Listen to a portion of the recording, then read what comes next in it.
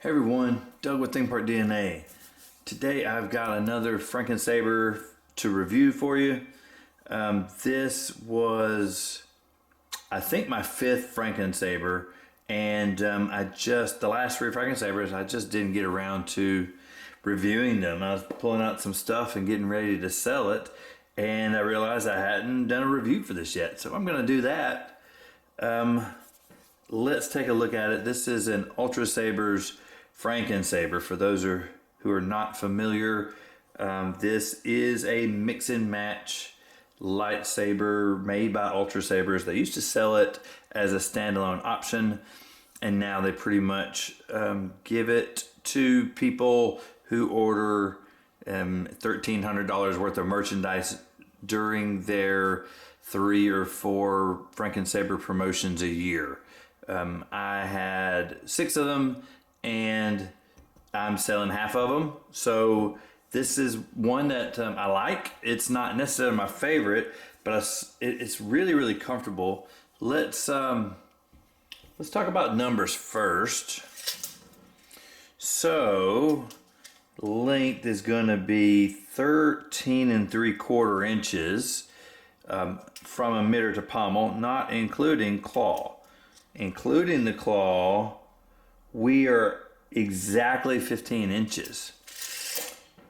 So the width in the thinnest place is going to be 1 3/4 inches. The shroud, not including the shroud retention screw there, is just under 2 inches. The pommel is 2 inches, and the emitter is one of the thinnest parts. It's right at 1 3/4 inches, but with the claw, the very widest point is going to be it's going to be between 2 3/4 and 3 inches wide. But of course, that's only here at the claw portion. So let's look at the mix and match Frankensaber here. I really like these. I like them. For the money that you spend in order to get one, though, they should come with sound. You have to pay extra, like $600 extra to upgrade the sound, I think. I might be wrong on that. I know General Malice and a couple others have upgraded their Frankensaber to sound. If you know, let me know in the comments below, but I think it's something nuts like $600. I hope not, actually. I mean, I don't want it to be, but I, not wanting to pay more than what I've already paid, didn't upgrade mine. So it's just a basic stunt saber. It has 4 AAA batteries in it, non-rechargeable. And this particular saber came in Guardian Blue, which it looks good on the saber, but this one feels a little more dark side-ish, and it looks like red might suit it better. But I mean, it don't look terrible.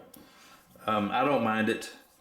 So starting at the pommel, this is the pommel from the butcher. And it's a good looking pommel. It's fine. It's kind of the bottom. The sound vents are interesting, but the side's kind of nondescript. No big deal. This saber has scuffed up a good bit too, and it came that way. I haven't done anything, but it's been sitting in a corner, so I haven't done a thing to it. So they're making Frankensaber parts out of scratch and dent now. Well, if you were selling it as scratch and dent, that would be one thing. But you are calling this a premium saber with substandard parts, kind of. I mean, it kind of depends on how you look at it.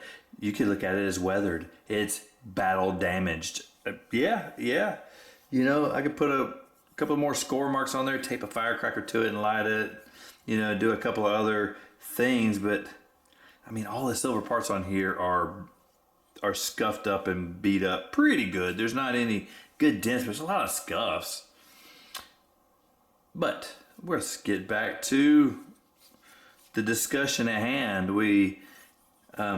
This hilt section is going to be straight from the Spectre. I have a Spectre. I will try to link that in the put a link in the description.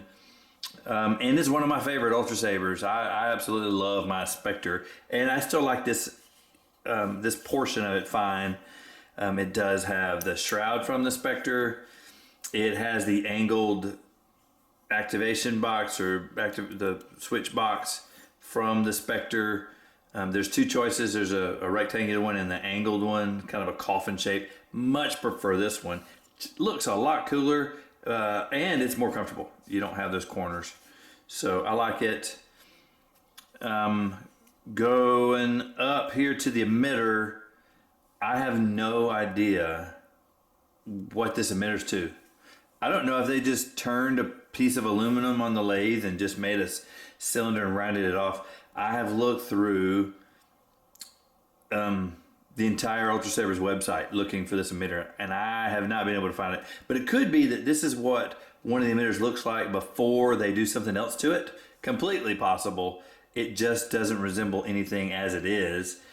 Either it's a piece before they remove more material, or it's from an older saber they don't make anymore. Either way, I don't know what it is. But this claw, arguably the coolest part of this saber, is the offset claw. I really like it. The claw is from the Reaper. If you are a long-time viewer of the channel and you know I'm a big fan of the Reaper, I had one. I ended up selling it though. It's just such a monstrosity of a saber. It just didn't feel practical to keep, but I still really like the claw. Really nice. And they've got a 36-inch Ultra Edge blade on here. Pretty standard fare. Most of the mystery boxes all come. I think the standard sabers, Ultrasaber, all come with a 36-inch blade. All right, well, I was looking for blade retention screws, and I can see that there's two screws in here. It looked like these screws might be going straight through. So I took off the emitter with the blade on it and looked through it. The screws do not go straight through.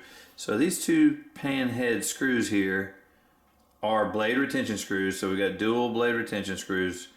And then on the inside, between the blade and the inside diameter, inside edge of the emitter here, there's two more screws that screw in the claw. So what is odd is that they use a weird screw here. It's not a standard blade retention screw, which is 2 millimeters. It's larger than that. So I went up to 2.5 millimeters in my set over here, and it was too big, which means this is a standard size. And for time purposes and not going to the basement and hunting my standard Allen keys, we will just get a weight with the blade on. So with a 36-inch blade on it, this saber is 1 pound, 13.7 ounces, which is also 29.7 ounces, or 842 grams. Well, correction, 840 grams, or 42. It can't make up its mind. Well, what's 2 grams amongst friends? All right, well, this video is one of my giveaway videos. So I will link my giveaway announcement video in the description. But needless to say, all you have to do is subscribe to the channel, make sure your subscriptions are set to public, and like and comment on every video that's a giveaway video, which includes this video, and you can win 3 Star Wars Christmas ornaments, 9 blade plugs, a control box, kill key, and 2 lightsabers. So there will be 15 different winners over the next couple of thousand subscribers descriptions, and all you have to do is subscribe, like, and comment. And I'm